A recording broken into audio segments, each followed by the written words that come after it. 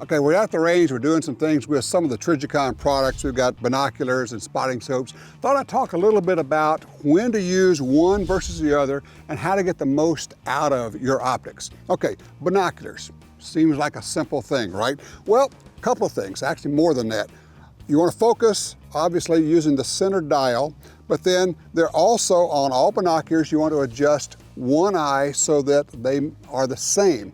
So you basically need to just make sure that you have the diopter set on the other eye, and each binocular is a little bit different, but you'll know how to do that. If you're using glasses, you can actually push these down, these eyepieces, and you will get the proper eye relief, okay?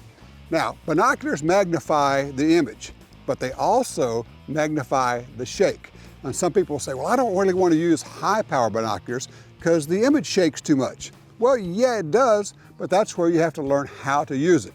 If you're hunting, when you're sitting down, you can rest your elbows on your knees.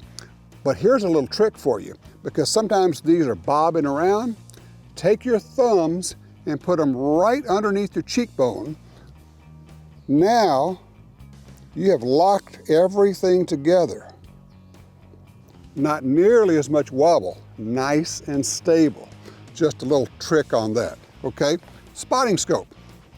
You want a good spotting scope because in optics, it's just math. Really, optics is just math. No cheating is allowed, and there are some tweaks and things they can do to it, but cheap, good optics never goes together very well.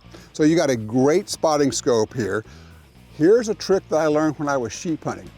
Sometimes when you're hunting, you're going to be looking through your spotting scope for hours at a time. And obviously you're only using one eye. So you got your eye closed and you're doing that, and after 3 or 4 hours of that, you're just tired. You're tired of squinting. A guy told me, he says, okay, put on an eye patch. And that way you can look for hours without eye strain. Just get you an eye patch. You can get that at a drugstore.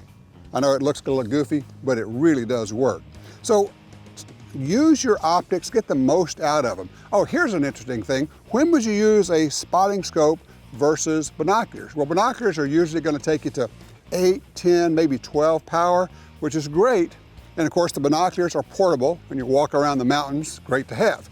Spotting scope like this one's going to get you to 60 power. So if you had to look at across a mountain over there, look at elk, sheep, deer, spotting scope's the way to go. Also, spotting 22 caliber holes at 100 yards in a target, kind of hard to do with binoculars. That's why we have spotting scopes. Learn how to use your optics, buy good optics like these from Trijicon, and you'll enjoy your hunting and your shooting even more.